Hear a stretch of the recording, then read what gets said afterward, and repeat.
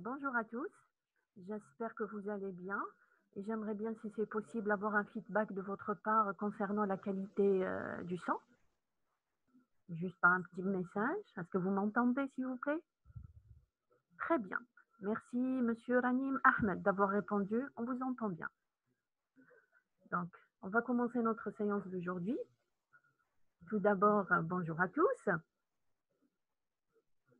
Permettez-moi tout d'abord de me présenter. Je suis Dr Boutef Mouchet, maître assistante en pharmacie galinique. Et aujourd'hui, nous allons voir ensemble un cours qui s'articule autour des dispositifs médicaux. Ces derniers, à savoir les dispositifs médicaux, englobent plusieurs catégories. Pour vous, en étant des futurs professionnels de la santé, les dispositifs médicaux sont un élément incontournable de l'univers médical et vous devez maîtriser leurs connaissances.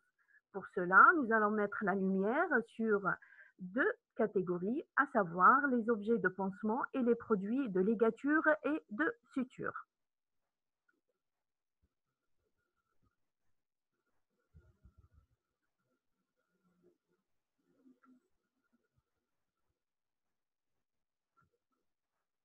La première séance sera consacrée aux objets de pansement.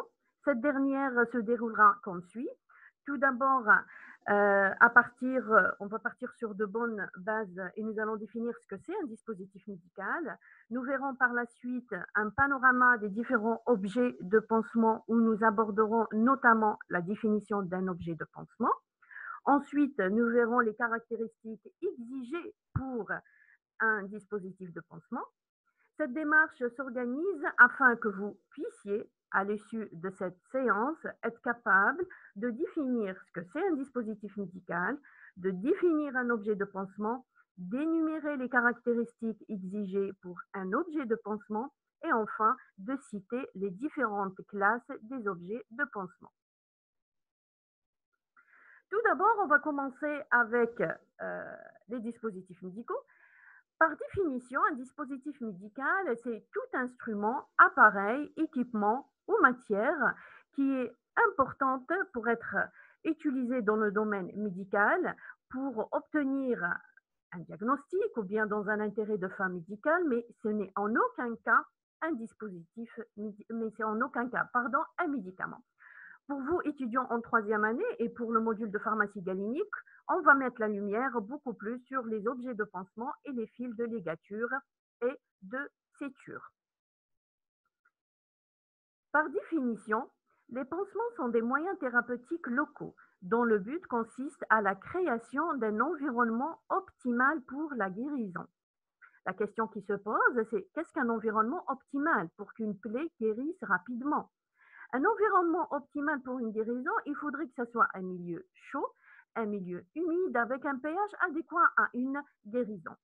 On peut dire alors qu'un pansement qui soit primaire, c'est-à-dire placé directement au contact de la plaie, ou bien un pansement secondaire, devrait avoir certaines caractéristiques qui sont indiscutables. Les caractéristiques idéales pour un pansement sont en rapport direct avec la physiologie de la plaie. Elles comprennent plusieurs caractéristiques et on va citer quelques-unes.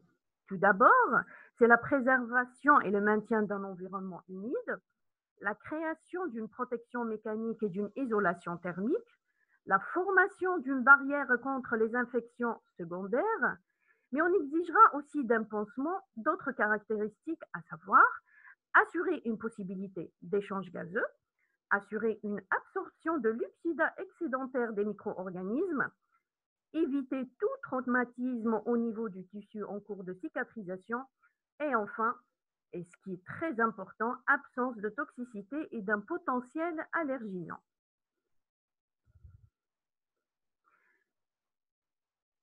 On va passer maintenant en revue quelques classes des objets de pansement en exploitant quelques articles comme exemple.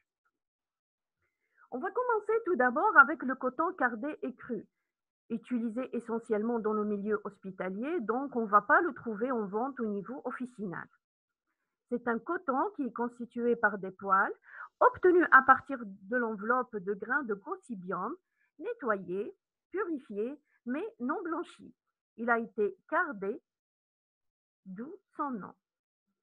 Cette opération de cardage consiste à séparer les fibres les unes des autres, les peigner, les redresser et les paralléliser, ainsi que de les nettoyer. Il n'est pas débarrassé de matières grasses et résines, donc il est hydrophobe. Son domaine d'utilisation, comme on l'a précédemment précisé, c'est un domaine hospitalier, c'est-à-dire il est utilisé beaucoup plus comme étant un pansement compressif, par exemple lorsqu'on l'utilise lors de l'établissement d'un bandage en 8, lors d'une fracture par exemple d'une clavicule. D'autre part, comme vous l'avez remarqué, il n'est pas stérile, donc il ne doit être jamais en contact direct avec la plaie ou bien les muqueuses.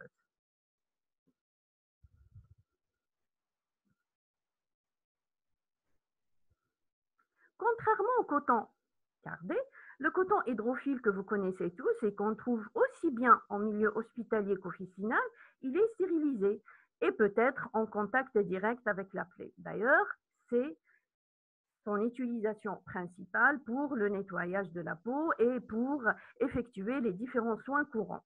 C'est un coton qui est constitué par des poils obtenus à partir de l'enveloppe de grains de différentes espèces du genre Gossypium toujours, nettoyés, purifiés, blanchis et soigneusement cardés. On passe maintenant à la gaze hydrophile. D'usage hospitalier, donc vous n'allez pas la rencontrer au niveau officinal. Elle est constituée d'un tissu blanchi, purifié et de coton hydrophile à armature de toile. Comme vous remarquez, elle peut se présenter sur 1 mètre sur 5 mètres ou bien 50 centimètres sur 10 mètres, etc. Cette armature de toile, elle est constituée par des fils longitudinaux qu'on appelle des fils de chaîne et des fils transversaux qu'on appelle des fils de trame. Ce type de pansement est caractérisé par 2 points essentiels et qui sont très importants pour juger sa qualité, aussi bien lors d'un approvisionnement par exemple, que pour définir son utilisation par la suite. Ces 2 points sont essentiellement à citer, ça sera le duitage, qui est le nombre de fils de chaîne et de trame par centimètre carré, et le grammage, qui définit la masse en grammes d'un tissu par mètre carré, par exemple. Ce type de gaz molle va être le matériau de base pour la confection d'autres articles de pansement, et c'est ce que nous allons voir ensemble immédiatement.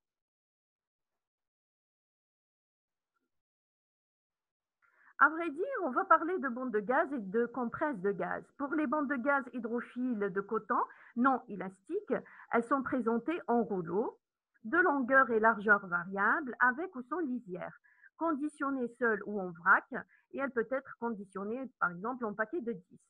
On les utilise pour le maintien de compresses ou d'attelles et couvrir ou isoler les plaies. Pour les compresses de gaz, ce sont des carrés de gaz pliés en 6 épaisseurs, par exemple, avec différentes dimensions. Et cette dernière est choisie en fonction de son utilisation. Contrairement aux bandes de gaz, elles peuvent être stériles. Dans ce cas, elle sera conditionnée dans des sachets de compresses et peuvent être considérées comme un pansement primaire. Ou bien non stériles, dans des paquets de 100 ou de 200 pièces, à utilisation beaucoup plus hospitalière. Ces compresses de gaz peuvent être utilisées aussi bien pour des soins, pour des pansements de protection des muqueuses et des plaies. On continue toujours avec les articles de pansement à base de gaz hydrophile et maintenant nous allons voir ensemble les compresses oculaires. Comme vous voyez, ces compresses sont constituées de rondelles de gaz ovales avec lesquelles est placée plutôt entre lesquelles on va trouver une nappe de coton hydrophile. Elles sont bien sûr stériles, conditionnées sous emballage individuel. Le plus souvent, on les utilise pour l'application des collyres, des pommades et éventuellement occulter la vision dans le cas d'une rééducation ophtalmique. On passe maintenant aux mèches de gaz. Ces dernières permettent le drainage aseptique par capillarité. Par exemple, leur dimension peut être 1 cm par 5, voire 10 par 5 mètres, voire 10 mètres. La mèche de gaz, elle convient beaucoup plus pour le méchage des plaies profondes. Et là, on vous représente leur dimension de 1 cm, 5 cm et 10 cm par rapport à leur largeur. Maintenant, on va passer à une autre génération de pansements, à savoir les pansements hydrocolloïdes. Ce type de pansement est composé de carboxyméthylcellulose inséré dans un réseau d'élastomères et les plaques sont adhésives et recouvertes d'un film de polyuréthane. On va s'attarder un peu sur ce type de pansement vu les avantages que présente ce type par rapport aux pansements classiques. Tout d'abord, il faut savoir que la carboxyméthylcellulose au contact des exsudats a la particularité de former un gel. Et ce gel-là va permettre d'assurer un milieu chaud, humide, pH favorable à la cicatrisation, ce qui correspond aux conditions optimales pour assurer une bonne cicatrisation. Cependant, ce n'est pas le seul avantage de ce type de pansement hydrocolloïdaux. L'autre particularité est que ce sont des produits fins, transparents, ce qui permet, sur le plan pratique, pour avoir une meilleure visualisation de la plaie et bien sûr de son évolution. Cela se traduit sur le plan pratique par une possibilité de déceler toute infection ou apparition de pus, par exemple, et par conséquent la prise en charge précoce d'éventuelles infections. Mais aussi la mesure de l'évolution de la dimension de la plaie grâce au cadrage sur le pansement lui-même, ou bien par une simple mesure en utilisant un double décimètre afin de suivre l'éventuelle régression de cette dimension au fil des jours qui est un signe d'une bonne guérison. L'autre avantage indéniable est que ce type de pansement ne doit pas être changé tous les jours, évitant ainsi l'élimination du bourgeon de la cicatrisation qui risque de se produire à chaque fois qu'on fait un changement de pansement. Le dernier avantage qu'on peut encore citer, c'est à propos de type de pansement, c'est que certains sont fabriqués pour des localisations qui sont assez difficiles, par exemple pour le genou ou bien le pied diabétique. On passe maintenant à un autre type de pansement innovant toujours, à savoir les gels. Ce sont des gels de composés de polymères comprenant un fort pourcentage d'eau, de la carboxyméthylcellulose, de l'alginate de sodium en combinaison avec d'autres composés, tels que la pectine, le propylène-glycol. Ce type de pansements primaires doivent être recouverts par la suite par un pansement secondaire. Ils sont indiqués dans le cas des escarres et dans le cas des ulcères. Maintenant, nous allons voir ensemble une catégorie de pansements qui sont imprégnés de substances pour rendre leur utilisation encore plus avantagée. On va commencer avec ceux qui sont imprégnés de charbon activé, mais c'est la question qu'on va se poser maintenant, c'est qu'est-ce qu'un charbon activé et par quelle procédure et surtout, quel est l'intérêt d'effectuer son activation. Pour répondre à ces interrogations, je vous invite à examiner le pansement suivant. On remarque qu'il est composé de charbon activé, obtenu à partir de charbon naturel, et qui a subi un traitement spécifique, lui permettant en fin de compte d'avoir une surface d'absorption très importante, dans le but d'exploiter ses propriétés absorbantes vis-à-vis des bactéries et des odeurs. D'ailleurs, ils sont indiqués pour les plaies aiguës ou chroniques malodorantes, infectées, plaies cancéreuses ou bien plaies diabétiques.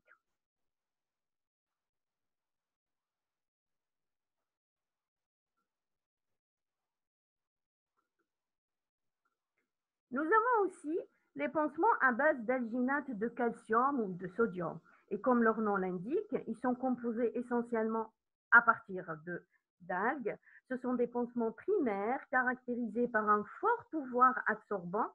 Elles arrivent à absorber 10 à 15 fois leur poids par diffusion passive ou bien par capillarité.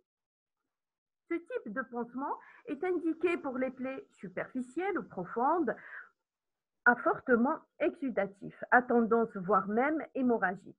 Beaucoup plus pour tout ce qui est escarres, ulcères de jambes, ulcères de pieds diabétiques, etc. Maintenant, nous allons voir ensemble les interfaces grasses, ou bien ce qu'on appelle communément le tulle gras, que vous connaissez sûrement. Ce sont des pansements gras imprégnés de particules hydrocolloïdales ou de vaseline, permettant ainsi d'absorber les exudats des plaies peu exudatifs. On peut donc retrouver ces pansements pour la cicatrisation des escarres, mais aussi sur l'ensemble des plaies superficielles où on voit des permidisations brûlures. L'intérêt principal de ces types d'interfaces est grâce à son maillage qui est très fin. Elles peuvent rester en place 4 à 5 jours sans coller ni arracher les bourgeons. Lors des soins au changement de pansement, parce que plus les mailles sont larges, plus les bourgeons de la plaie peuvent passer à travers et générer en fin de compte une douleur ou bien des hémorragies lors du changement de pansement. De plus, ces interfaces peuvent être avantageusement imprégnées d'antibiotiques pour éviter d'éventuelles infections de la plaie et comme exemple, on peut citer par exemple l'antibiotus. Maintenant, nous allons voir le sparadrap. Ils sont destinés à fixer le matériel de pansement primaire sur la peau, donc ce sont des pansements secondaires. Ils sont constitués par une masse adhésive étalée en couches uniformes sur un support approprié. Ce dernier peut être tissé, non tissé ou bien plastique. Concernant la masse adhésive, elle est de telle que, une fois appliquée sur la peau sèche, doit adhérer de façon permanente, mais aussi il faudrait qu'on puisse l'enlever sans provoquer de lésion et surtout ne doit pas être irritante pour la peau. Maintenant, nous allons passer à une autre catégorie de pansements, savoir les pansements adhésifs non médicamenteux.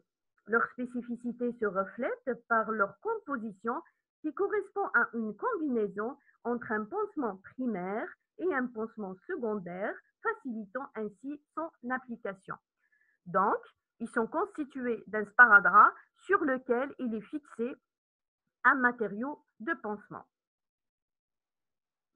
Un autre type de pansement va attirer notre attention aussi, à savoir les bandes pour immobilisation.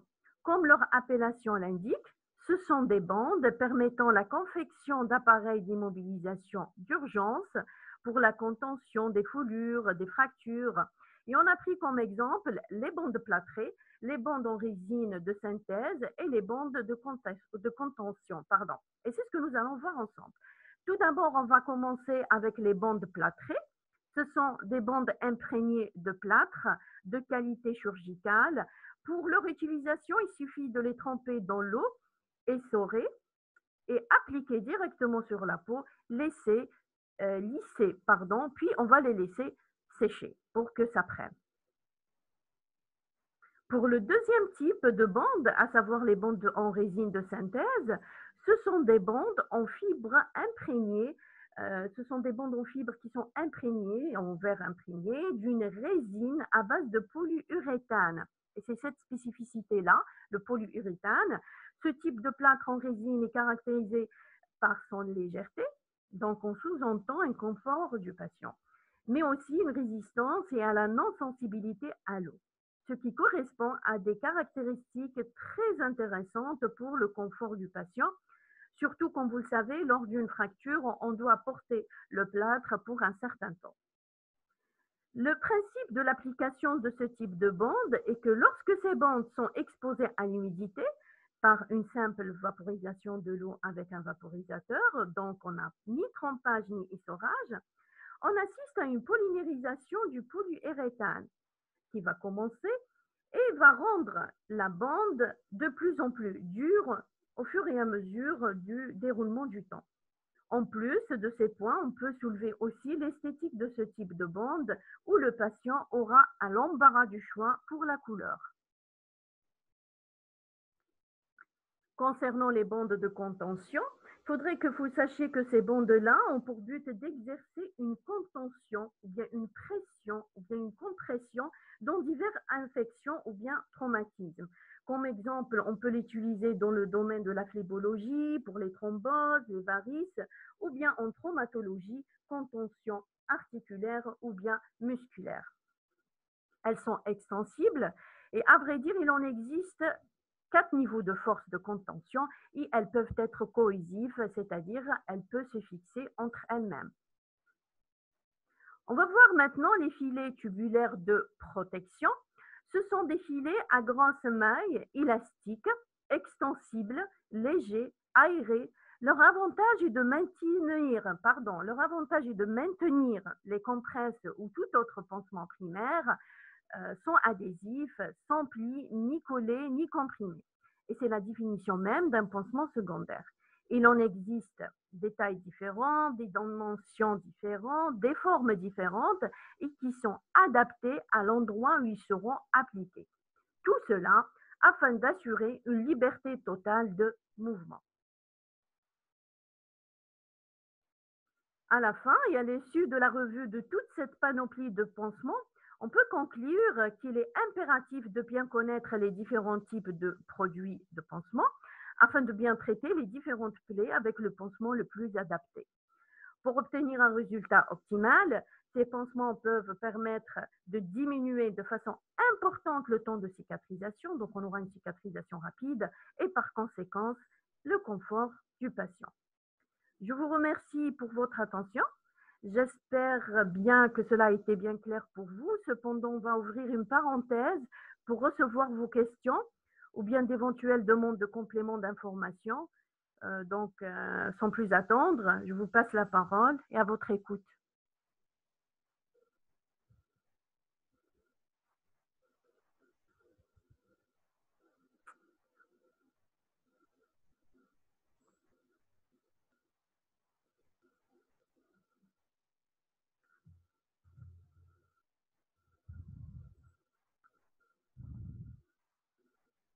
J'attends toujours vos questions. J'espère que ça a été bien clair pour vous. Donc, si vous avez des questions, n'hésitez surtout pas.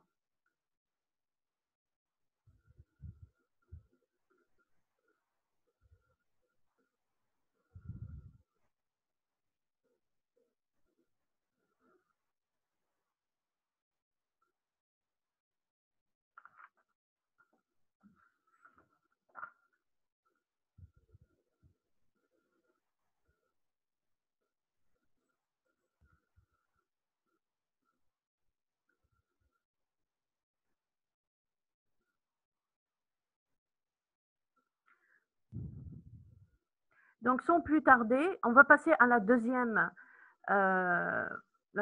séance.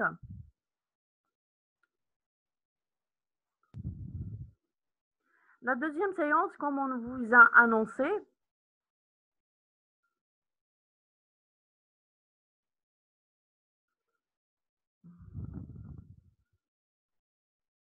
pour Nesrine, le son est très faible chez moi. Et comme ça, est-ce que vous arrivez à me suivre? Très bien, nous avons une question. Madame, efficacité du pansement médicaux est jugée comme celle des médicaments. Ben non, l'indication d'un pansement, c'est pour traiter une plaie, pour la protéger. Elle peut être éventuellement enrichie par des médicaments, comme je vous ai donné l'exemple des tuiles gras qui sont imprégnés d'antibiotiques, ou bien les mèches de gaz qui sont imprégnées d'iode. Elle peut exercer une certaine activité antibiotique, une certaine activité d'antibiotique, mais cependant, en aucun cas, c'est un traitement. On parle d'un pansement médicamenteux, c'est lorsqu'il est imprégné de principes actifs, il est imprégné d'un médicament. Le cas contraire, lorsqu'il n'a pas, il ne contient pas de principes actifs, à ce moment-là, c'est un pansement. Mais un pansement peut être un pansement médicamenteux. En aucun cas, un médicament. J'espère que j'ai répondu à votre question, Céline. Est-ce que vous avez d'autres questions, s'il vous plaît?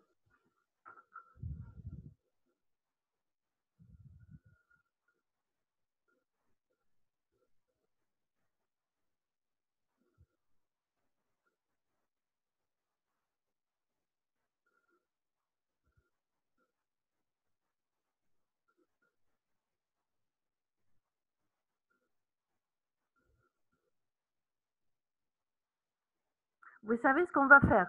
On va entamer la deuxième partie de notre cours et on va laisser la séance des questions à la fin du cours. Est-ce que vous êtes d'accord pour les deux séances? J'aimerais bien avoir un feedback, s'il vous plaît. On laisse les questions pour... oui, très bien. Est-ce que tout le monde est d'accord? Très, très bien. Donc, ce qu'on va faire, très bien Ranim, très bien Anna. Ce qu'on va faire, c'est qu'on va entamer la deuxième séance et après, on prendra du temps pour discuter d'éventuelles demandes d'informations ou bien pour répondre à vos questions. Donc, on va commencer notre deuxième séance.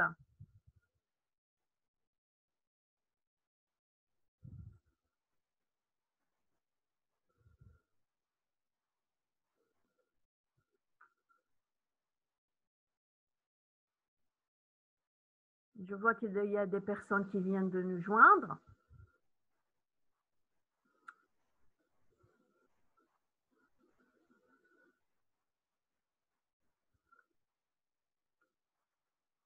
Très bien.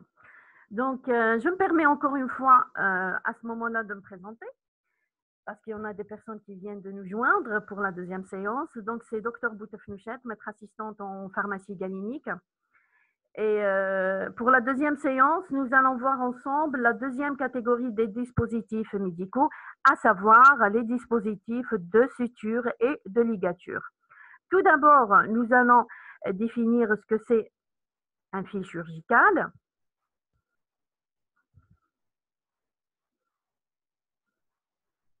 Très bien. Tout d'abord, nous allons définir ce que c'est un fil chirurgical. Nous verrons par la suite ses principaux propriétés et caractéristiques. Nous aborderons la classification, la production, le conditionnement, l'étiquetage et le contrôle des fils chirurgicaux. Ensuite, nous allons voir à travers quelques exemples les autres produits pour suture et ligature chirurgicale. Et à la fin de la séance, ou bien à la fin de cette deuxième séance sur les dispositifs médicaux consacrés aux fils et produits de suture, vous devez être capable de définir les différents produits pour suture et ligature, de les classer et enfin de citer les différents contrôles galiniques. Il faudrait savoir que la ligature ou bien ligaturer, l'acte de ligaturer ou suturer, c'est pratiquer un acte chirurgical fondamental. Le résultat dépend aussi bien de la technique exécutée pour suturer que de la qualité du produit de suture ou de ligature employé. Les produits utilisés pour la ligature ou bien la suture sont représentés par trois grandes catégories, à savoir les fils chirurgicaux, les bandes adhésives et colle cutanée, et enfin clips et agrafes. Et c'est ce que nous allons voir ensemble au cours de cette séance. On va commencer tout d'abord avec les fils chirurgicaux. Il faudrait que vous sachiez que ceux qui sont inscrits dans la pharmacopée européenne sont le fil résorbable catgut stérile, les fils résorbables synthétiques monofilaments stériles, les fils résorbables synthétiques tressés stériles et les fils non résorbables stériles. Leur définition, bien sûr, les contrôles, les qualités techniques, physiques, biologiques requises sont décrites dans les monographies générales ou bien spécifiques.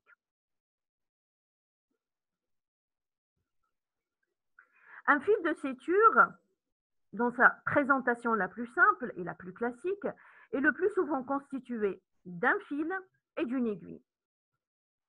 Cependant, ce n'est pas toujours le cas. On peut avoir aussi une présentation sous forme de bobine non sertie. Non sertie, c'est-à-dire elle ne contient pas d'aiguille, comme vous le remarquez. À vrai dire, l'aiguille se caractérise par trois parties, à savoir la pointe, le corps et la courbure. Et c'est ce que nous allons voir ensemble sur cette figure. Tout d'abord, nous avons la pointe. La pointe qui permet l'introduction, ou bien qui va faciliter l'introduction de l'aiguille dans les parties de la peau. Nous avons aussi le corps. Il peut avoir différentes formes, triangulaires, rondes, et le choix dépend de la plaie en elle-même, de la suture en elle-même et de l'acte chirurgical en lui-même. Et enfin, nous avons la courbure. Elle varie de 1/4 jusqu'à 5/8 et le choix se fait en fonction de la profondeur de la plaie. Je m'explique. Dans le cas où nous avons une plaie qui est assez profonde, donc plus notre plaie est profonde, plus on prend des courbures assez importantes.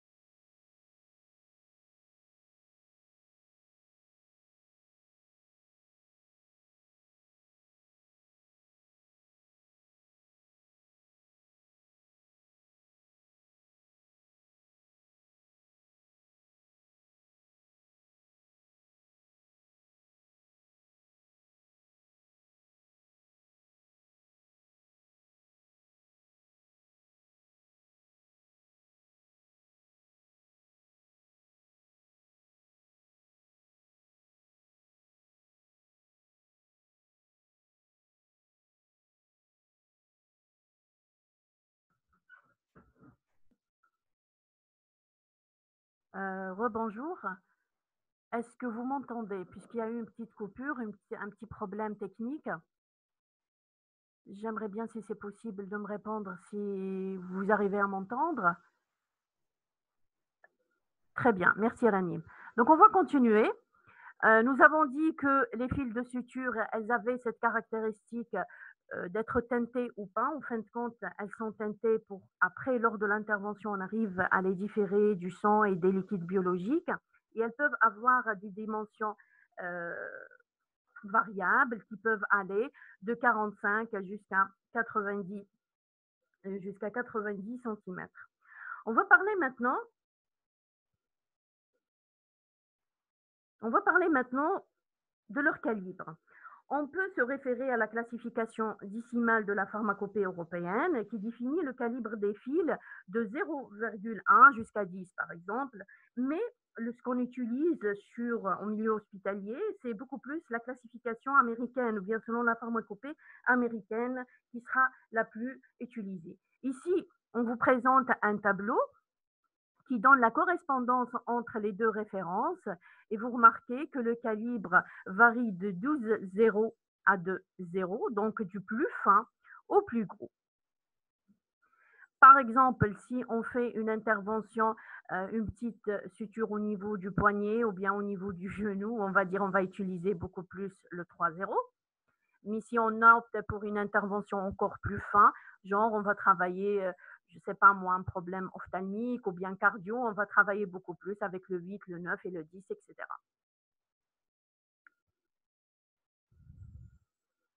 Concernant les propriétés d'un fil de suture, certaines propriétés physiques sont exigées et on va juste les citer.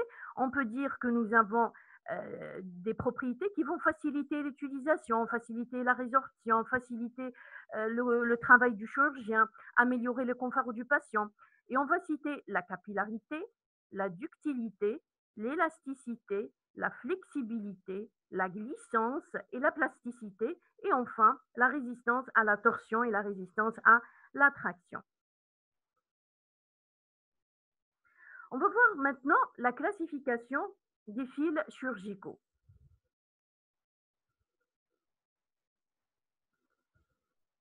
Un fil chirurgical peut être résorbable ou bien non résorbable. Qu'est-ce qu'on entend par résorbable et non résorbable?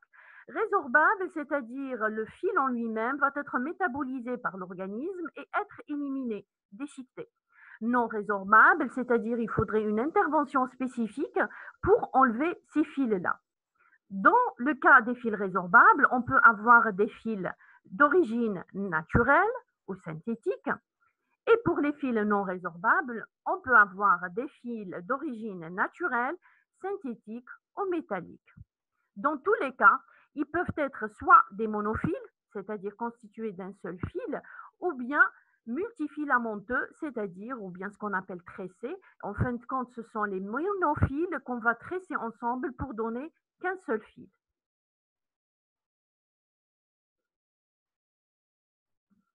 Sans trop tarder, on va illustrer en passant en revue quelques exemples. Tout d'abord, on va commencer avec la catégorie des fils résorbables et on va voir ensemble le fil résorbable naturel catgut. Il est constitué de fils de collagène provenant des boyaux de mammifères.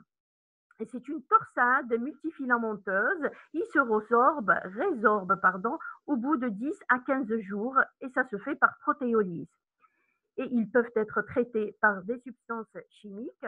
Comme nous avons vu au début de la séance, on a dit qu'un fil pouvait être traité par des substances pour apporter quelques améliorations.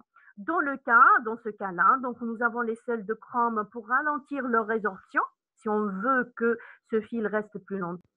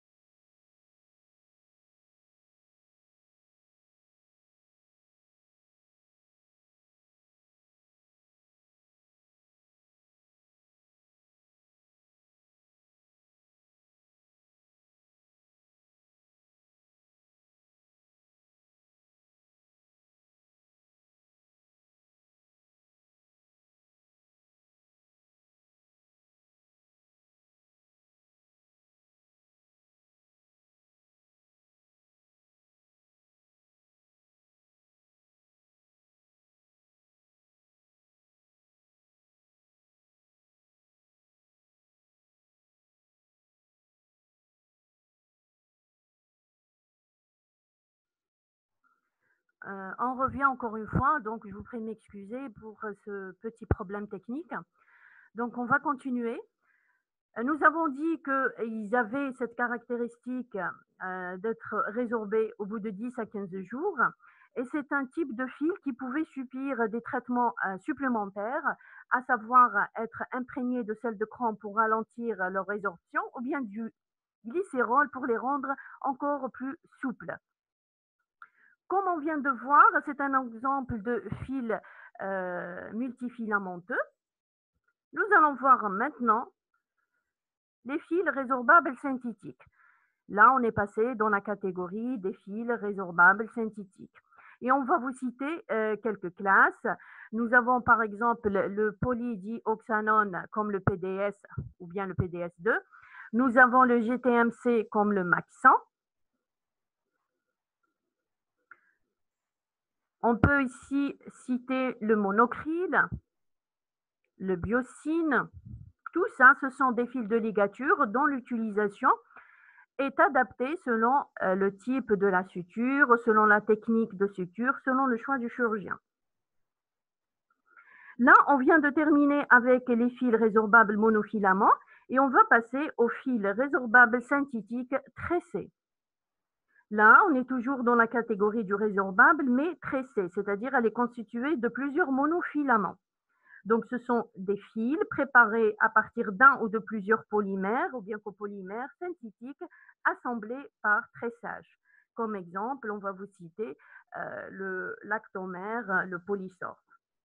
Maintenant, nous allons passer à l'acide polyglycolique PGA et on va s'attarder un peu sur ce type de fil parce que ce type de fil est le fil le plus utilisé pour des interventions allant d'une simple intervention simple suite à une coupure jusqu'à une césarienne, par exemple. Le principe est que c'est un fil résorbable. Donc, sa résorption se fait par hydrolyse sous l'action de l'humidité.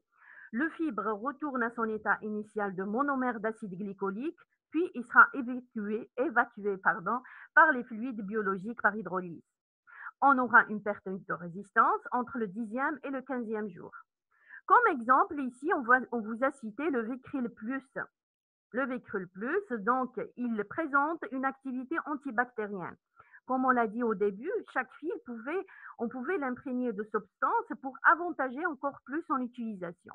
Dans le cas du Vicryl Plus, il sera imprégné d'une substance antibactérienne à large spectre, comme une précaution supplémentaire pour éviter d'éventuelles infections. Nous avons aussi le Vicryl irradié, ou bien le Vicryl rapide, ou bien le Vicryl R. Ce Vicryl-là, il allie les qualités physiques du Vicryl avec une résorption accélérée.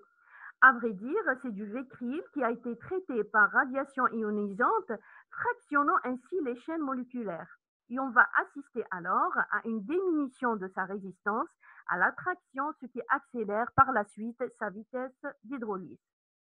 On a terminé maintenant avec les fils résorbables et on va passer aux fils non résorbables. Ce sont des fils qui ne sont pas métabolisés par l'organisme, donc nécessitant une intervention spécifique pour son retrait.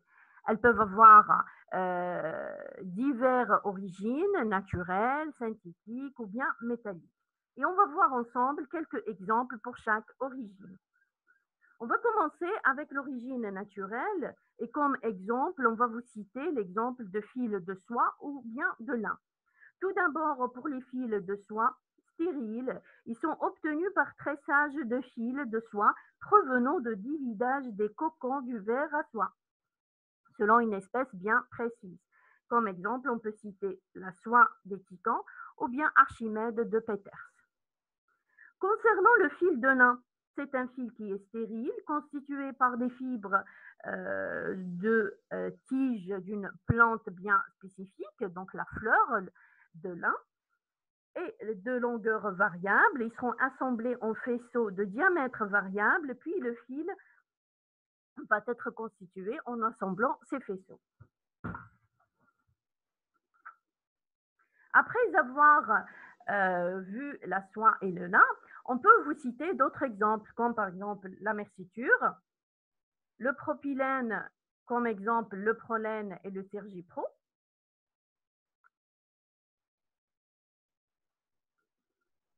Les polyamides 6, on va vous citer le fil à peau.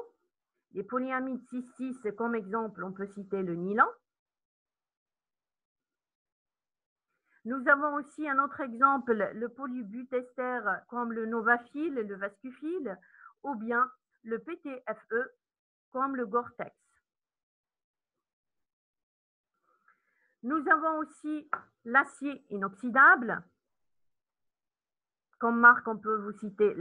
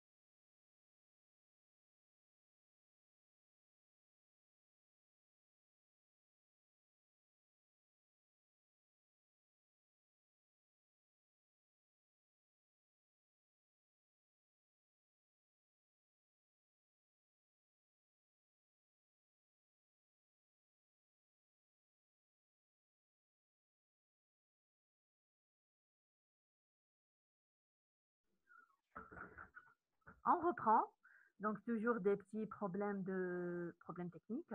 Donc nous avons dit comme exemple, je vous ai cité l'acier d'Itican et nous avons le PVDF comme exemple, on va vous citer le Pronova. Ici, j'attire votre attention concernant le Pronova. Donc, par exemple, on remarque ici qu'il y a deux courbures, ce qui signifie que c'est un fil avec deux aiguilles. Et ici, vous remarquez la couleur qui est une couleur bleutée. On a terminé avec la classification des fils. Nous allons maintenant passer à leur production. La production doit répondre aux normes harmonisées spécifiques relatives aux méthodes appropriées et validées de stérilisation et au contrôle de l'environnement, bien sûr, au cours de la fabrication.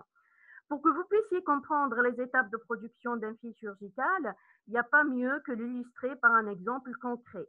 Et on va voir ensemble la procédure de fabrication du Pronova. Rappelez-vous bien que nous avons dit que c'était un fil avec deux aiguilles serties d'un fil qui est coloré. Les principaux étapes de fabrication, ce sera la fabrication du copolymère, la fabrication de l'aiguille et l'assemblage. La fabrication de copolymère qui correspond à la fabrication du matière de base du fil. Donc, nous avons dit, pour fabriquer notre fil Pronova, qu'on a pris comme exemple, il faudrait tout d'abord fabriquer le copolymère, puis fabriquer l'aiguille avec différents contrôles au niveau de chaque étape. Tout d'abord, on va commencer, le matériau de base, c'est la résine de polyvinylidène fluoride. Mélanger les résines avec un colorant, chauffage des composants, obtention des granules. Après ces granules, on va les étirer à chaud en monofilament. Orientation et traitement à la chaleur du monofilament. Et enfin, on obtient notre matière première de suture pour Pronova. Une fois qu'on a terminé la fabrication du fil, on passe à la fabrication de l'aiguille. Pour cela, le matériau de base, c'est de l'acier. Donc, on va commencer avec le câble d'acier pour fabriquer notre aiguille selon la correspondance. Pesage, nettoyage de l'aiguille par l'ultrason, traitement thermique pour affiner la qualité, électropolissage et siliconage, et enfin, pesage et stockage. À ce niveau-là, on se rend compte que nous avons fabriqué notre fil et notre aiguille, mais ils ne sont pas encore assemblés. Pour fabriquer le fil Pronova, tout d'abord, nous avons la matière première. On va découper le fil selon la longueur désirée. Par exemple, pour le fil Pronova de notre exemple, il était à 70 centimètres. Donc, on va découper notre fil à 70 centimètres. Puis, on va ramener l'aiguille et on va passer à une procédure qu'on appelle le sertissage. C'est quoi le sertissage? C'est de assembler le fil avec l'aiguille. C'est de les coller ensemble. Après, nous allons ramener la navette. La navette, c'est comme la bobine au niveau de laquelle on va enrouler notre fil et c'est ce qu'on appelle le bobinage ou bien la mise sous navette. Après, tout va être mis dans des sachets et dans des boîtes, ce qu'on appelle mise sous sachet et mise en boîte. Puis, on va opérer une procédure de stérilisation à l'oxyde d'éthylène, une mise en quarantaine et une mise en stock. J'espère que vous avez compris et que vous arrivez à suivre la procédure de fabrication de ce fil spécifique. On va passer maintenant au conditionnement. À vrai dire, le conditionnement des fils doit assurer le maintien des propriétés physiques, mécaniques du fil jusqu'à un moment de son utilisation. Pour cela, il faut un protecteur individuel qui permet le retrait de l'utilisation immédiatement. Mais aussi, ce protecteur individuel va être assemblé dans un assemblage protecteur qui correspond à un assemblage secondaire et ce sont des boîtes. Concernant l'étiquetage, les informations indispensables à l'identification du produit sont indiquées aussi bien sur le protecteur individuel, donc le petit sachet au niveau duquel se trouve le fil individuel, que sur la boîte de l'extérieur. Ici, on vous présente un exemple pour une étiquette d'un fil à suture. Donc ici, nous avons son calibre, c'est un fil à 4,0. La longueur du fil, elle est de 70 cm. Ici, nous avons la numérotation selon la pharmacopée française, le marquage CO, le numéro de lot, le code de produit. Ici, pour le code produit, c'est les spécifiques pour chaque laboratoire ou bien pour chaque marque. Bien sûr, la marque. Ici, nous avons tout ce qui est en relation avec ou bien des informations nécessaires concernant l'aiguille. Ici, on remarque que c'est une aiguille triangulaire. C'est une aiguille ronde avec une courbure de 3/8 de 16 mm. Ici, on va vous préciser le type du fil. Toutes ces informations-là sont très importantes à connaître. Pourquoi? Parce que lorsque vous allez travailler aussi bien dans le domaine hospitalier qu'officinal, le médecin ou bien le prescripteur, il va vous donner ces caractéristiques-là et vous devez comprendre ce que ça veut dire. Une aiguille 4,0, 70 cm, aiguille triangulaire ronde, courbature 3/8. C'est très important.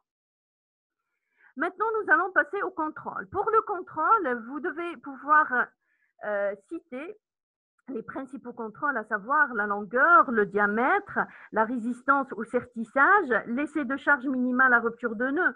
Concernant la longueur, donc, il y a des normes à ne pas dépasser.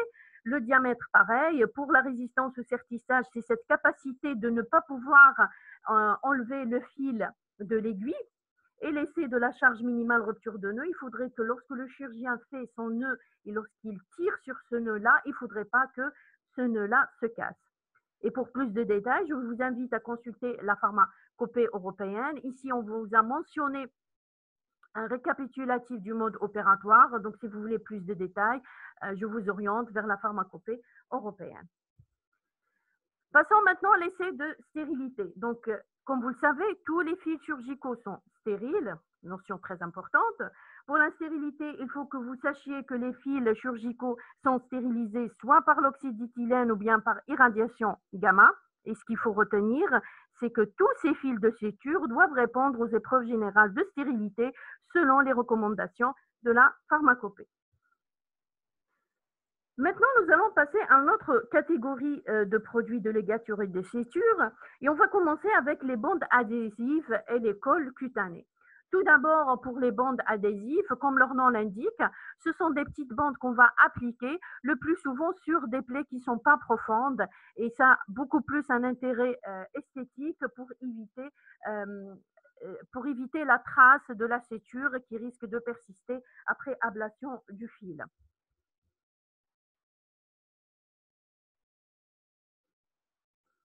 Concernant les cols cutanés maintenant, il faudrait que vous sachiez qu'il y a deux types de cols. Nous avons des cols synthétiques, appelés acryliques, ou bien des cols biologiques. On va commencer tout d'abord avec les cols synthétiques type acrylique. Ce sont des produits qui ne sont pas résorbables. Elles se présentent sous forme d'un liquide et qui se polymérise en présence d'humidité avec une rapidité de prise de 10 à 30 secondes, presque immédiate. Avec une application qui est très facile, une bonne adhérence et un risque infectieux moindre et surtout, et ce qui est le plus important, c'est qu'une application qui n'est pas douloureuse. Ce type de colle constitue une alternative très intéressante à la suture classique. Concernant les colles biologiques, elles sont biocompatibles, résorbables, avec une application aisée et surtout sans réaction inflammatoire. Elles contiennent des facteurs humains de l'hémostase coagulable sous l'effet de la thrombine, aboutissant ainsi au début de formation du caillot de fibrine concentré. Passons maintenant aux clips et aux agrafes. Tout d'abord, il faudrait que vous sachiez que ces clips-là sont à base de titane ou bien de polyéthylène. Elles sont bien sûr non résorbables. Elles existent de différentes tailles en fonction de l'épaisseur du tissu qu'on va suturer. Comme exemple, ici, on vous a mentionné l'endoclip. Nous avons aussi les agrafes à suture cutanée. Ils se caractérisent par une rapidité de l'acte par rapport à la suture classique, un risque infectieux qui est moindre, une bonne résistance avec un grand intérêt esthétique parce qu'en fin de compte, chaque nœud ou bien chaque point de suture, il est identique au suivant, donc ça donne un certain côté esthétique. Pareil que les clips, ils sont non résorbables et leur ablation se fait par un haute graffe. On peut conclure, et comme vous l'avez sûrement remarqué, qu'il existe de différents systèmes de ligature dans le but d'améliorer le confort du chirurgien lors de l'acte chirurgical et de répondre aux exigences de la prise en charge de chaque type de plaie. Mais aussi, un élément très important, l'esthétique de la plaie et surtout le confort du patient. Tout ça en diminuant surtout la douleur lors de l'acte. Je vous remercie encore une fois pour votre attention pour cette deuxième séance sur les dispositifs médicaux consacrés aux produits de ligature et de suture. J'espère que vous avez pu suivre avec moi les différents exemples avec leurs illustrations. Cependant, on va maintenant vous passer la parole pour essayer de répondre à vos questions. À votre écoute.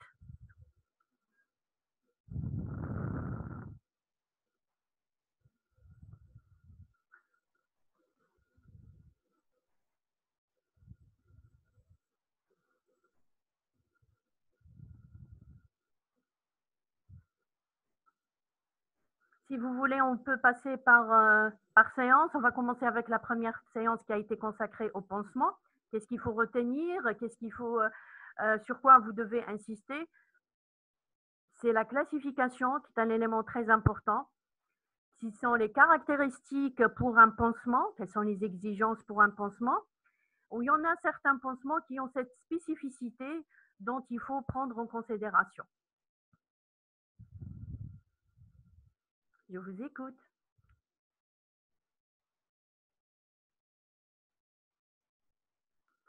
Vous n'avez pas de questions?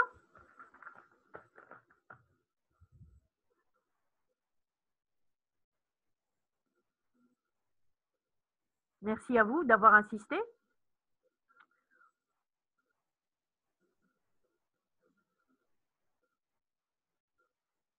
Si vous avez des questions, n'hésitez surtout pas. Madame, est-ce qu'on apprend les exemples? Non, vous n'êtes pas obligé d'apprendre les exemples. Ça, c'est juste pour vous donner des exemples concrets, des exemples qui existent sur le marché. Vous êtes censé apprendre la classification générale, ce que c'est un fil résorbable, ce que c'est un fil non résorbable, et en aucun cas apprendre la classification par des exemples bien précis. Non, vous n'êtes pas obligé d'apprendre les noms commerciaux. Concernant la description, il y a des parties sur lesquelles j'ai insisté. Et il y a des parties sur lesquelles je voulais juste citer l'exemple. Donc, là où j'ai cité, donc vous n'êtes pas obligé de retenir. Et là où j'ai insisté, que j'aimerais bien que j'ai bien fait passer le message et vous m'avez bien compris, là, j'aimerais bien que ça soit un acquis pour vous.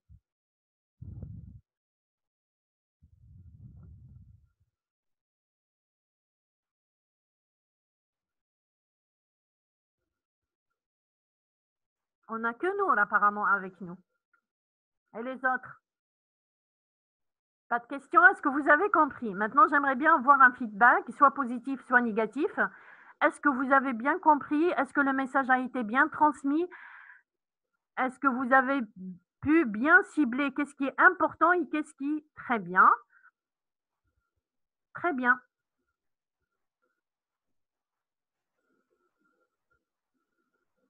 très bien. Alors maintenant, si vous avez des termes en français que vous n'avez pas pu comprendre, n'hésitez surtout pas à me le demander.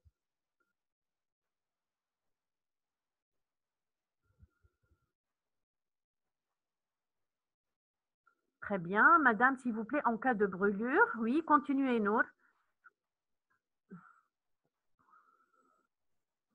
Bon, en cas de brûlure, ça dépend le degré de la brûlure. Comme vous le savez, il y a le premier degré, deuxième degré, troisième degré. Bon, lorsqu'il s'agit de troisième degré, on va passer beaucoup plus pour une hospitalisation et par un décapage. Et à ce moment-là, ça va être des plaies étendues. Mais le plus souvent, comment ils travaillent, donc on va nettoyer par du sérum physiologique. Après, ils vont placer des tuiles gras. Ces tuiles gras sont spécifiques, ils sont à base d'hydrocolloïdal, ils sont à base de vaseline et de baume, de telle façon que ça va, comme si remplacer la partie de la peau qui a été endommagée, pardon, en attendant que la peau prenne la relève. Le plus souvent, c'est ce qu'on indique. Lorsqu'il s'agit d'une petite brûlure à la maison, par exemple, mis à part les premiers secours qu'on connaît tous, c'est pareil de mettre du tulle gras, c'est ce qui est le plus indiqué, ou bien biafine, ou ce genre de produit. Bon, biafine, c'est une pommade, donc ça va être beaucoup plus du tulle gras.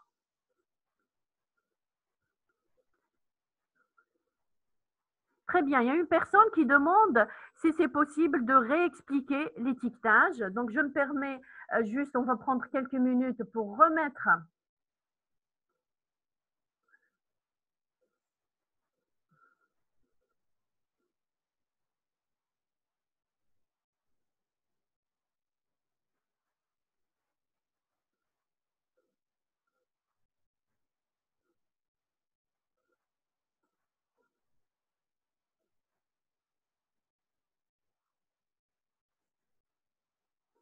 Est-ce que vous êtes là?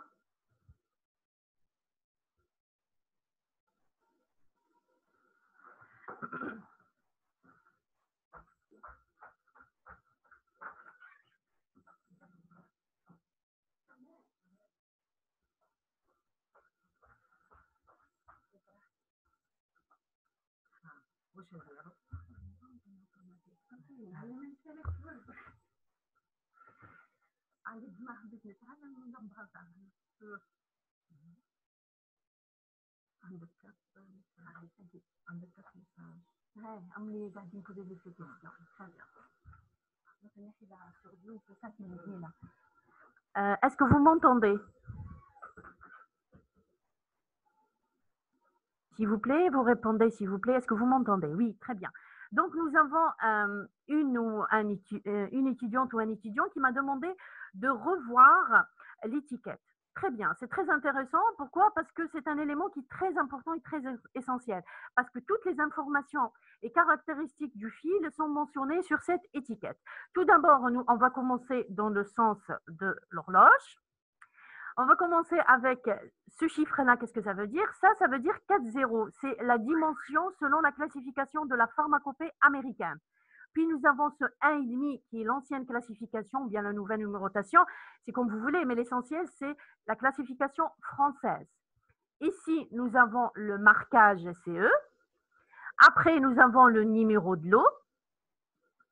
Ici, nous avons le code de produit, c'est-à-dire chaque laboratoire a sa codification pour pouvoir différencier ses produits et pour que lorsque le pharmacien va passer commande, il va mentionner le produit et en même temps écrire le code. Même lorsque le fournisseur va vous faire la facturation, au niveau de la facture, vous allez avoir ce même code-là. Bref, ceci est spécifique pour chaque labo. Après, qu'est-ce que nous avons? Nous avons ici, ça peut être la marque ou bien le nom du labo. On va s'attarder un peu à ce niveau-là, qui est la longueur, la courbure et la section de l'aiguille. Ici, en voyant, on remarque que c'est une aiguille qui est caractéristique qui est caractérisée par une courbure qui est de 3/8. Et c'est une aiguille en pointe. La pointe, elle est triangulaire avec un diamètre de 16 mm. OK? Après, nous avons la dénomination du fil. Ici, nous avons le glyconate monofilament absorbable. Et ici, c'est la marque. Ça peut être du Mercetur, du Vicryl, Archimède, donc plusieurs marques. J'espère que j'ai répondu à votre question.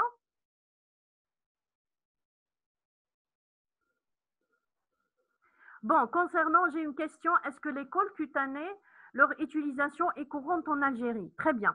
En étant, comme j'ai exercé auparavant au niveau hospitalier, l'école, ça coûte assez cher. Donc, automatiquement, au niveau hospitalier, on ne va pas le trouver. Au niveau officinal, on peut les retrouver en Algérie. Est-ce que leur utilisation est courante ou pas? Non, elle n'est pas courante, vu leur prix de revient qui est assez cher. Mais sur le plan esthétique, c'est très intéressant. Sur le plan douleur, c'est très intéressant. Mais il faudrait que vous sachiez quelque chose. Une colle, on peut l'appliquer uniquement lorsqu'il s'agit d'une petite suture. Une petite suture, pas une suture profonde. Parce que dans ce cas-là, on sera obligé de se déplacer aux urgences et de se faire suturer.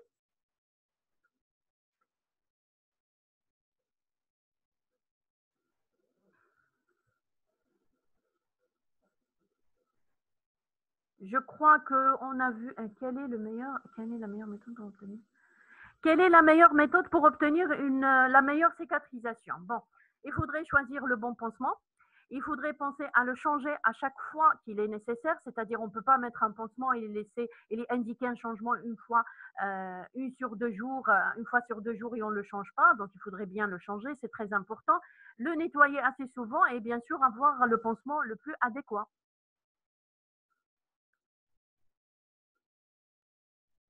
Madame, est-ce qu'il y a une possibilité d'une cicatrisation d'une suture, cicatrisation totale? Bien sûr, une suture, elle va se cicatriser totalement. Peut-être votre question, ce sera beaucoup plus d'ordre esthétique. Est-ce qu'elle va me laisser une trace ou pas? Ben oui, une suture, elle laisse toujours une trace. Cependant, c'est une suture classique. Donc, c'est un acte d'un infirmier ou bien d'un médecin. À ce moment-là, vous allez avoir les pointes à chaque niveau. S'il fait bien les choses, vous allez avoir chaque point de suture qui ressemble au suivant, assez rapproché et tout ça. Mais s'il fait mal les choses, donc vous allez avoir une suture un peu barbouillée, quoi. Un point qui est important, un autre point qui ne l'est pas. D'ailleurs, d'où l'intérêt des agrafes. On aura la même dimension des sutures sur le long de la plaie. Et pour cela, il faudrait, une fois que la suture a été bien faite, il faudrait, après ablation du fil, qu'il ait une bonne hydratation de l'endroit headache, mais surtout, après, c'est d'utiliser des crèmes et des pommades qui sont faites pour accélérer ou bien améliorer la génération de la peau à ce niveau-là.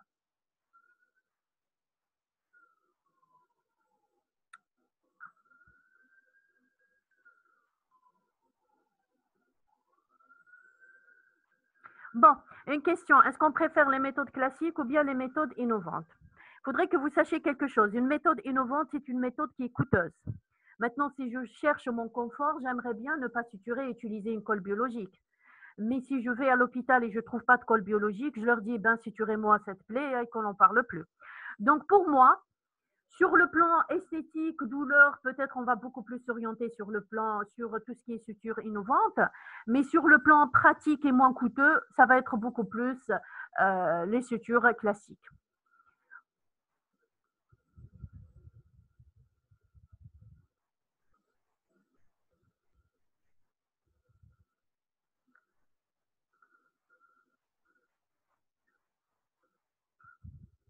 Oui, non, à votre écoute. Ah, ouais. pour le cicatrice. Oui, oui.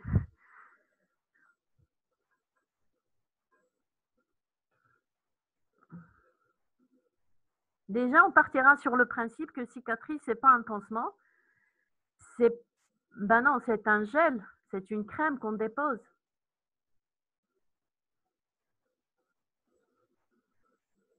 On ne peut pas utiliser le cicatril. Écoutez-moi, on ne peut pas utiliser le cicatril pour suturer une plaie.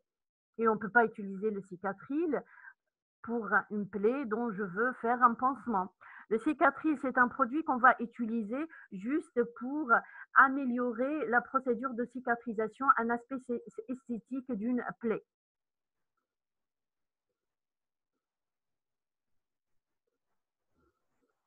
Dans quel cas on utilise les aggraveuses? Les aggraveuses, on peut les utiliser pour n'importe quelle suture. Il faudrait que ça soit un peu profond, bien sûr. C'est-à-dire, les aggraveuses, c'est en fin de compte, il te faut l'aggraveuse en elle-même, il te faut l'auto-agrafe qui enlève, il te faut aussi le technicien, ou plutôt l'infirmier ou bien le médecin qui maîtrise la technique. Et à ce moment-là, on peut l'utiliser, mais elle est coûteuse. On peut l'utiliser pour n'importe quelle intervention en chirurgie générale.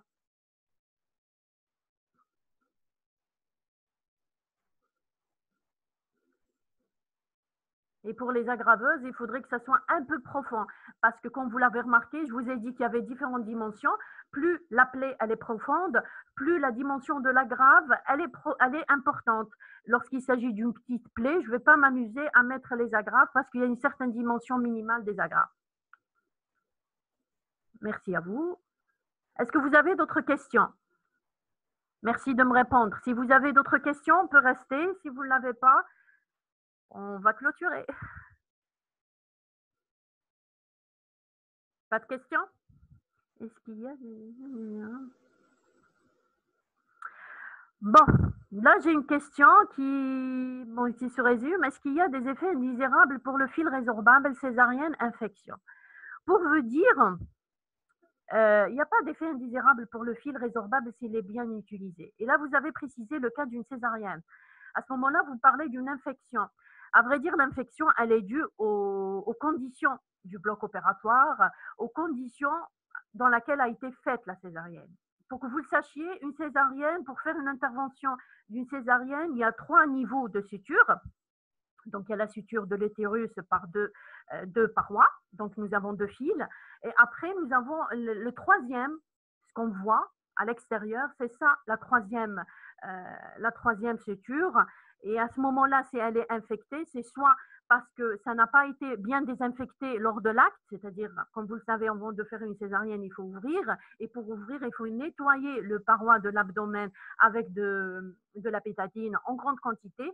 Si ça n'a pas été bien fait, automatiquement, lors de la suture, ça va être contaminé. Lorsque je vais refermer, ça va être favorable à une infection. Le fil en lui-même, il ne donne pas d'infection. Il ne sera pas responsable d'infection. Ce n'est pas l'un de ces faits indésirables, une infection. Mais c'est beaucoup plus le bloc opératoire s'il n'est pas bien stérilisé, c'est le paroi qui n'a pas été bien infecté, ou bien le coteau, ou bien la lame bistouri qui a été utilisée pour ouvrir l'abdomen de la dame qui n'a pas été bien stérilisé. Donc l'infection, elle est due beaucoup plus à des facteurs qui ne sont pas en relation avec le fil chirurgical.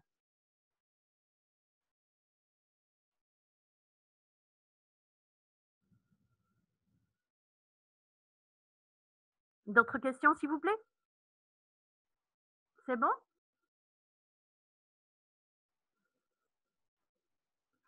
Apparemment, il n'y a pas d'autres questions. Ben, merci à vous. Ben, merci pour votre présence. J'espère que vous avez bien compris. J'espère que le message est bien passé.